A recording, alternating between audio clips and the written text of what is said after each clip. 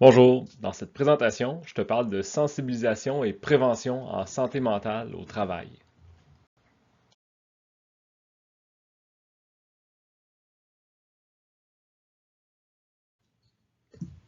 Mental toughness, la dureté du mental. Et non, évidemment, la santé mentale, ce n'est pas une question de force ou de faiblesse. Le but de cette présentation est de t'outiller afin que tu puisses maintenir une santé mentale adéquate. Te renseigner sur quelques troubles et symptômes communs afin que tu puisses les reconnaître.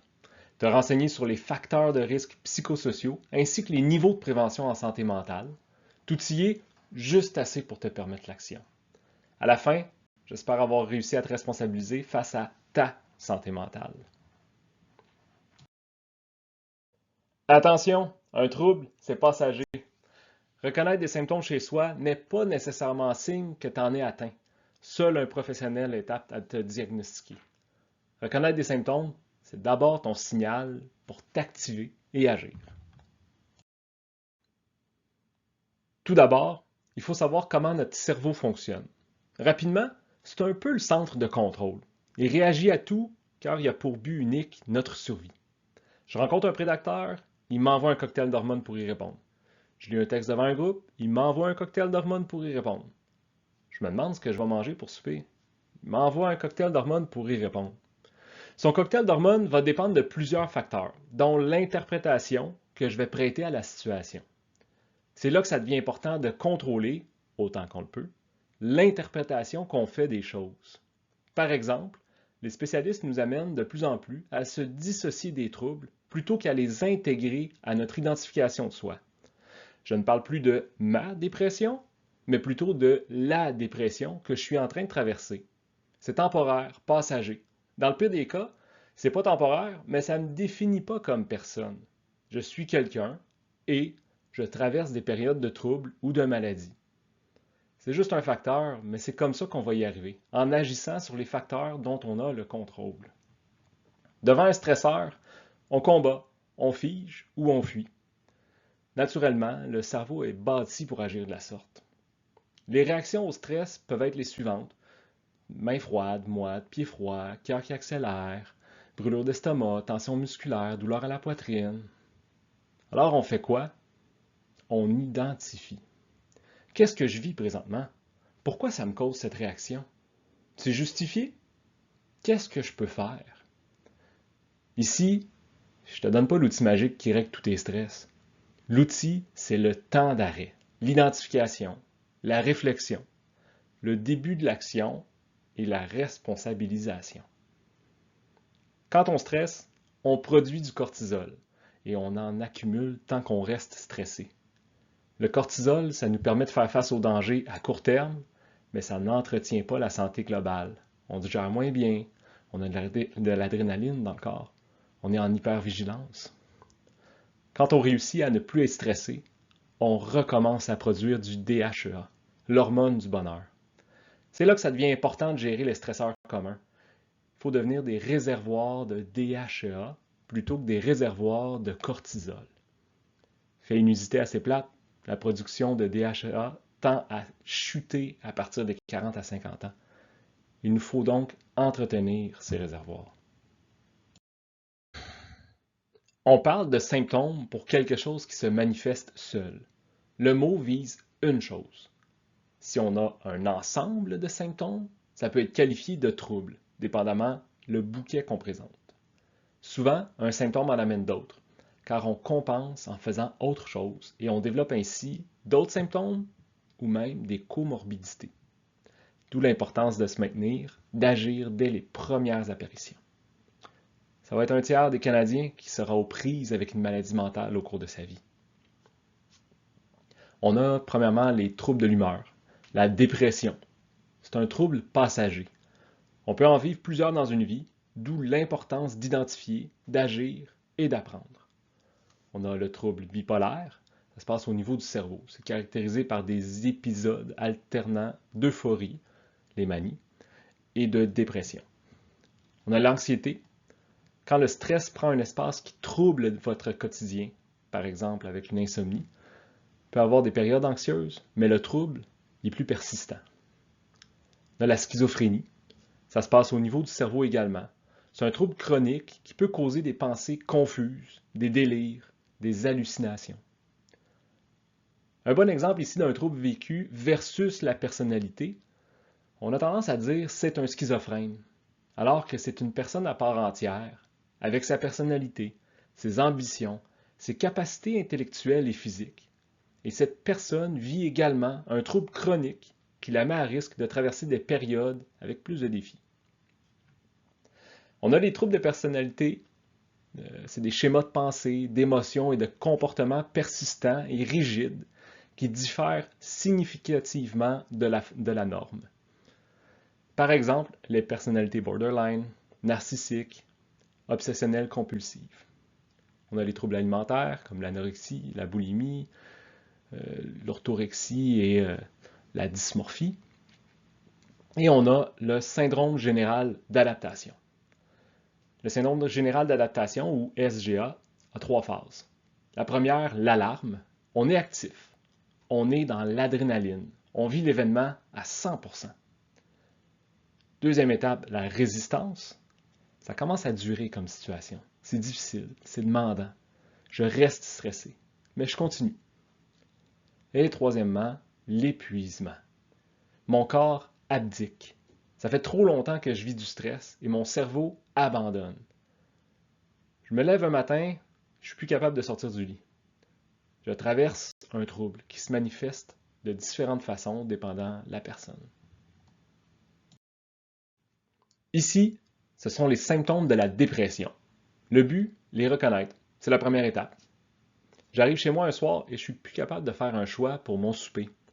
On ne parle pas d'hésiter sur un choix de restaurant, mais bien de la réaction d'urgence du cerveau. Combattre, fuir, figer. Tu vis une émotion plus intense que ce que tu devrais vivre devant un choix de souper.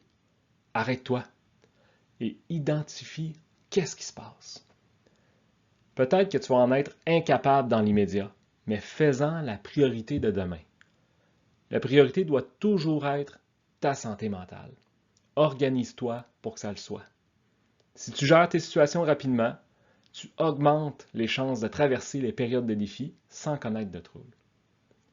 Quand on identifie des causes, on doit aussi se demander sur lesquelles on a du contrôle et, ensuite, comment y répondre.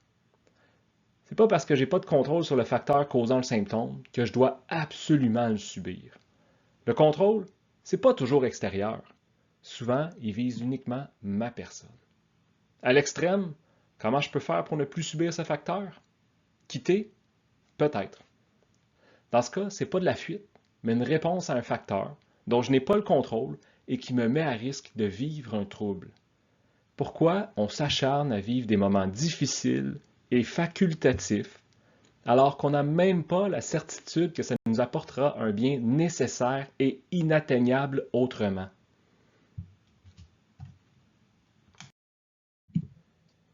L'épuisement, également appelé burn-out, est un épuisement global de l'individu. On succombe au stress chronique auquel on est soumis. Le corps n'en peut plus, le psychique n'en peut plus et on est émotionnellement vidé. Ça commence avec un engagement. On est dans le normal, c'est le niveau qu'il faut viser. On a du plaisir au travail. On est efficace. Notre employeur apprécie notre travail.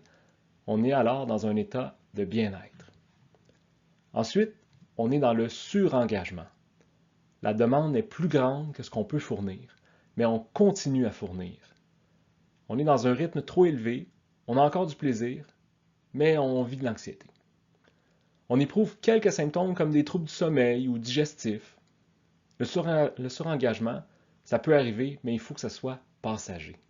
Il ne faut pas que ça dure. Dès qu'on a le doute qu'on se trouve dans cette étape, c'est le temps d'agir. Il faut trouver le moyen de revenir au stade de l'engagement, que ce soit par l'action ou par le lâcher-prise. Dans le surengagement, le travail excessif et compulsif envahit la sphère privée et sociale. Si ça continue et qu'on n'a pas réussi à modifier la situation ou encore à lâcher prise, on tombe dans l'acharnement. Là, on vit de l'anxiété majeure. On a plusieurs symptômes et on s'en va vers le syndrome, le trouble. On a des troubles de sommeil chroniques, une fatigue chronique, d'autres pathologies avérées comme l'hypertension ou des ulcères gastriques. Ici, il est minuit moins une. C'est une question de temps avant que le corps décide que c'en est assez. Si on ne réussit pas à agir par nous-mêmes pour modifier notre positionnement, il faut chercher de l'aide le plus rapidement possible. On a finalement l'effondrement. On se réveille un matin, on n'est plus capable de se lever. Ou bien on est apathique. Mais surtout, on est épuisé émotionnellement, psychiquement et physiquement. Pas question de continuer. On est maintenant blessé et il faudra guérir. Le trauma vicariant, c'est l'usure de compassion. Trauma vicariant, ça vient de l'apprentissage vicariant. L'apprentissage par observation. En fait, l'observation, ça inclut aussi le partage d'expériences. On est bon pour se mettre à la place de l'autre et vivre ce qu'elle a vécu. Une fois de temps en temps, c'est une chose, mais quand la majorité de tes interactions sont ainsi, tu es à risque. Par exemple, une psychologue spécialisée pour les victimes d'agressions sexuelles. 6 interactions par jour concernent un trauma sur le même sujet. La psychologue est très à risque d'usure par compassion. Elle risque d'intérioriser ses observations, les traumas qu'on lui présente. Quand parle-t-on de trauma vicariant? Quand ça trouble notre quotidien. Le processus de traumatisation vicariante touche directement l'identité, la vision du monde, la spiritualité. C'est progressif et à l'insu de la personne. Les images s'infiltrent et s'accumulent, puis on est saturé. On en vient à voir le monde comme négatif, soi-même comme négatif. Au niveau des signes et symptômes du trauma vicariant, au niveau cognitif, on a des difficultés de concentration ou de mémoire, une hypervigilance ou encore une habituation. On ne se sent plus touché ou bouleversé par des choses qui devraient nous toucher ou nous bouleverser. Au niveau émotionnel, on a une hyper ou une hyposensibilité, une perte du sens de l'humour. Au niveau relationnel, une saturation de la relation thérapeutique, une distance émotionnelle et professionnelle. Au niveau physique, on va voir un épuisement, des problèmes physiques, des problèmes de digestion, des vertiges, des maux de tête, une hypertension. On a aussi la fatigue chronique, des troubles alimentaires, des troubles du sommeil chronique. Et au niveau comportemental, c'est un évitement, un isolement, une augmentation de la consommation des substances ou de l'alcool, des comportements réactifs. Bon, on a fait le survol des troubles et symptômes. Maintenant, les facteurs de risque et prévention. C'est quoi un facteur de risque?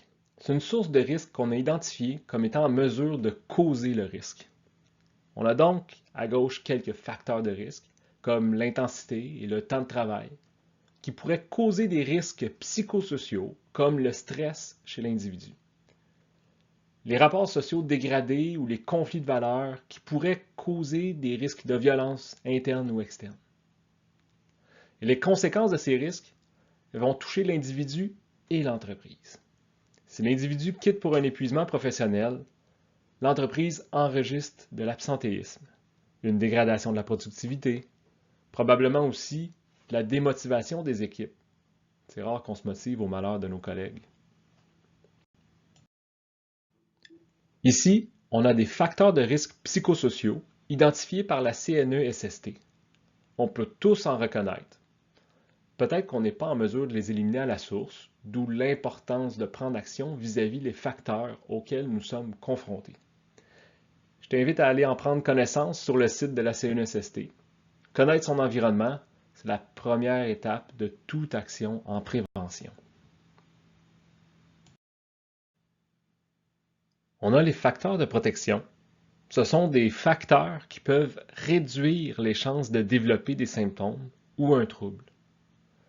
On a premièrement la résilience, qui d'ailleurs se développe. On a l'agentivité, c'est la capacité de l'être humain à agir de façon intentionnelle sur lui-même, sur les autres et sur son environnement. On a bien évidemment l'estime de soi, l'optimisme, l'autonomie émotionnelle. Ça, c'est ma capacité à écouter et assumer mon vécu intérieur. Savoir transformer mes émotions quand je suis confronté à des difficultés. Savoir capter et vivre les joies et bonheurs. Je dirais même s'organiser pour créer des moments de joie et bonheur malgré les situations présentées. On termine avec les habitudes de vie. Avoir une saine habitude de vie. On l'entend depuis longtemps. La recette n'a pas changé. Il nous faut un sommeil adéquat. Il nous faut manger convenablement. Il nous faut bouger. Un peu à l'image de la prévention physique, la prévention en santé mentale se fait sur plusieurs niveaux. La prévention primaire, la prévention à la source. On tente de réduire les sources de stress en milieu de travail avec une description de tâches, une structure organisationnelle, l'aménagement de l'horaire, etc. Ce n'est malheureusement pas toujours possible d'agir à la source. Toutefois, il faut se poser la question, est-ce que la situation initiale peut être modifiée? Prévention secondaire, on cherche à identifier les facteurs de risque présents, à sensibiliser les gens à leur présence et à fournir des moyens pour y faire face. On peut prendre par exemple le programme de mieux-être, de gestion du stress, de gestion du temps. C'est ici qu'on se trouve avec la sensibilisation d'aujourd'hui. Je tente de t'amener à identifier tes facteurs de risque et agir avant même l'apparition de troubles. Le but, je le répète, c'est d'être sensible à nos réactions, de s'observer, d'identifier nos réactions pour agir avant que des problématiques naissent. On a finalement la prévention tertiaire. C'est la réparation. Il est trop tard, la blessure est faite. Il faut maintenant guérir. On met l'accent sur le retour à la santé suite à du stress et à ses conséquences. Bien que la ressource professionnelle soit également adéquate pour la prévention secondaire, on y fait appel généralement lorsqu'on a besoin de réparation. C'est les programmes d'aide aux employés, le soutien professionnel, les classes de réhabilitation, etc. Bon, on a vu les troubles et symptômes, quelques-uns, juste assez pour se sensibiliser et être à l'écoute de soi. On a vu les facteurs de risque et prévention. Tu es en mesure d'aller chercher les outils. Tu sais qu'ils sont sur le site de la CNSST. Tu sais à quoi tu dois porter attention. Maintenant, c'est le temps de savoir quoi faire avec tout ça. Je le répète, je ne te donne pas une recette magique. Je te donne des outils et des pistes. C'est à toi d'en faire quelque chose de bien pour toi.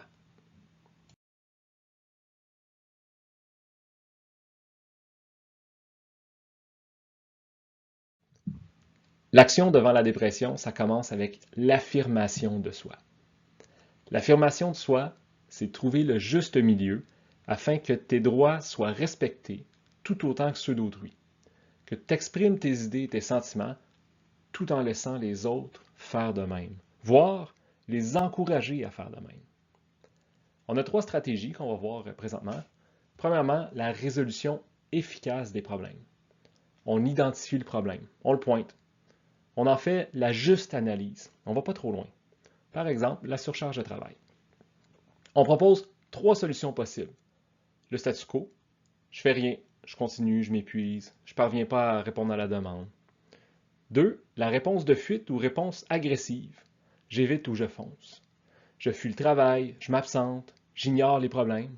Ou bien, je deviens résistant face à la demande, non participatif. Je me braque lorsque mon gestionnaire me donne une tâche supplémentaire.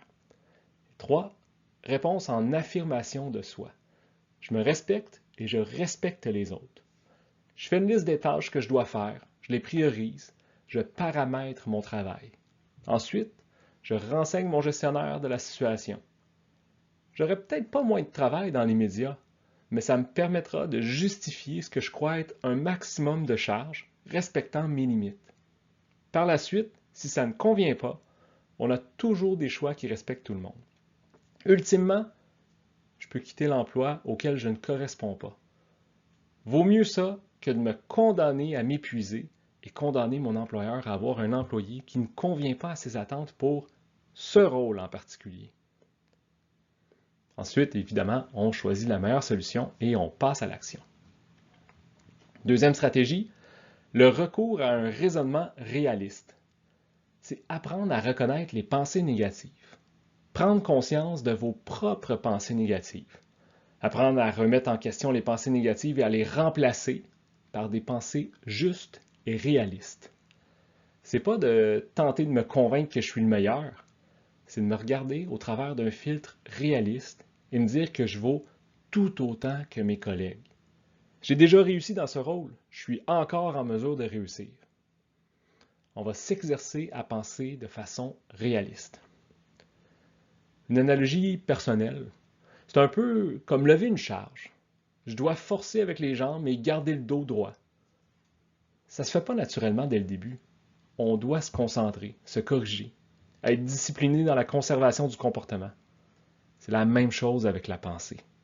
Au début, tu vas devoir te concentrer, arrêter les mauvaises pensées, les corriger. Mais assez rapidement, ça deviendra un réflexe. La troisième stratégie, c'est la reprise en main de votre vie. On détermine les activités que tu souhaites pratiquer davantage. Tu choisis deux de ces activités-là. Tu te fixes des objectifs réalistes, progressivement, une action à la fois. Je veux me mettre en forme. Quel est le premier objectif? S'habiller confortablement et faire une brève sortie à la marche. 5 minutes. Ou autant que je pense être à l'aise de faire. Mais fixe-toi un objectif atteignable avant de débuter l'accumulation de tes victoires. La prochaine fois, peut-être que ce sera encore 5 minutes, peut-être 10, qui sait. Passe à l'action et cumule tes victoires. L'action devant l'épuisement, ça passe par la planification, l'organisation de ses activités, son horaire, les repas, les journées, les mois. Le but, c'est de se permettre de faire ce qu'on veut faire et se permettre de refuser le reste en étant justifié. Ne pas rester seul. L'être humain, c'est un animal grégaire. On a besoin des autres. On a besoin du groupe. Allez chercher du soutien, de la solidarité de vos proches, parents, amis, collègues, autres. La simplification, c'est un mot à la mode dernièrement. Rien n'est compliqué lorsqu'on le comprend. Apprends à choisir, à dire non, à éviter la culpabilité. Vous n'êtes pas l'esclave de vos croyances. Libérez-vous. Gérez vos émotions, votre stress, votre temps. Apprenez de vos expériences. J'étais de mauvaise humeur ce matin parce que j'étais stressé, parce que je suis arrivé en retard. Je me lève plus tôt demain matin. C'est un exemple simple, mais le même exercice est applicable à tout niveau. Si c'est trop compliqué ou trop complexe, c'est parce que tu ne comprends pas la situation. Il te faut t'arrêter pour comprendre la situation. Tu as la responsabilité de la rendre simple afin d'y trouver des solutions simples. Après ça, on va aussi établir les priorités sans excès de zèle, se fixer des objectifs réalistes et gratifiants, se permettre de dire non lorsque c'est justifié, décrocher du bureau, mettre nos appareils en veille, ranger nos outils de travail lorsqu'ils ne sont pas utilisés, se permettre de prioriser le temps personnel hors des heures de travail, des temps de pause ou de pratique de loisirs, surtout un équilibre entre vie privée et professionnelle. La conciliation travail et vie personnelle, ça inclut pas seulement la quantité, c'est aussi la qualité. Peu importe le temps consacré, si l'un empêche la réalisation de l'autre, il y a un déséquilibre. Toujours dans l'épuisement, on a la stratégie d'adaptation. C'est un modèle, c'est-à-dire une simplification de la réalité pour permettre une décision facile. On identifie le stresseur, on contrôle la situation. Est-ce qu'on la contrôle? Oui. Stratégie basée sur l'action, modification de la situation. On ne la contrôle pas? Stratégie basée sur l'émotion. On pratique le lâcher-prise. Le lâcher-prise, c'est quoi? C'est l'acceptation et l'adaptation au changement. C'est identifier la situation, accepter qu'on n'ait pas le contrôle sur celle-ci et l'accepter ou s'adapter. Ça ne veut pas dire qu'on doit tout accepter non plus, je le répète. Parfois, la solution est de se retirer de la situation négative.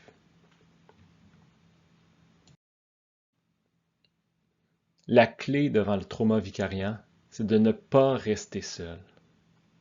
Dans les stratégies, on a la validation de soi. C'est la reconnaissance et l'acceptation de ses propres émotions, pensées et comportements. C'est repérer, reconnaître, accepter le phénomène. C'est identifier où la souffrance s'est déposée, comment et pourquoi ça nous affecte. On a la supervision par les pairs. On est attentif aux symptômes. La présence d'alliés, ça peut être des amis, n'importe quel proche, quelqu'un en qui on a confiance. Il faut verbaliser le matériel reçu, le présenter, pour échanger avec d'autres sur le sujet. C'est crucial. Ne restez pas seul, c'est un travail d'équipe. On parle de diluer la douleur humaine, ne pas la concentrer tout le même jour. Même principe qu'avec le sport.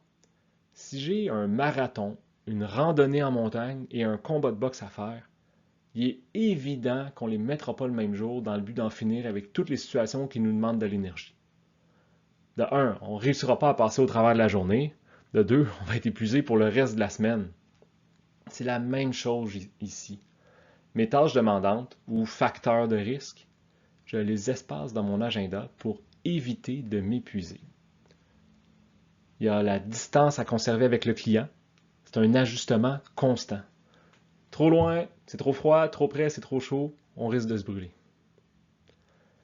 N'oublie pas, il ne faut pas réagir, il te faut agir avant l'apparition de symptômes, dès qu'on a un petit doute. À court terme, tu peux faire des activités, un peu d'humour, le partage, les discussions, la validation de soi et les autres. Ça veut dire quoi tout ça? Le jour où j'ai un cas que j'ai trouvé éprouvant, je m'arrête pour faire ma validation personnelle. Ensuite, je m'organise pour le partager. Ça peut être à une collègue en qui j'ai confiance ou qui fait le même rôle que moi, un ami, un frère, une sœur, un professionnel de la santé. Il n'y a pas de recette magique. L'important, c'est de ne pas rester seul. Bon, on a vu les troubles et symptômes. Tu sais qu'il faut que tu sois à l'écoute de toi. On a vu les facteurs de risque et prévention. Tu es en mesure d'aller chercher les outils. Tu sais qu'ils sont sur le site de la CNESST. Tu sais à quoi tu dois porter attention aujourd'hui. Tu as maintenant des outils et des pistes d'action pour t'assurer d'aller bien ou t'assurer de mettre des facteurs de protection en place. Puis on a fait un tout petit résumé de ce qu'on doit retenir. Voilà. Donc, qui est le premier responsable de ta santé mentale? Toi. Il n'y a pas grand secret ou de magie. Tu es le premier responsable de ta santé mentale. Ton partenaire de vie a sa propre santé mentale à gérer, avant tout. Tes parents ont la leur, ton gestionnaire a la sienne.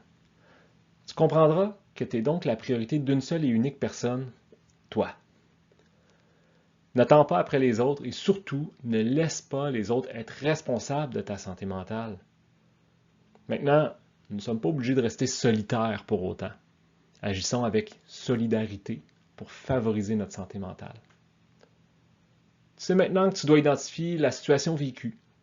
On identifie les émotions que tu vis face à cette situation.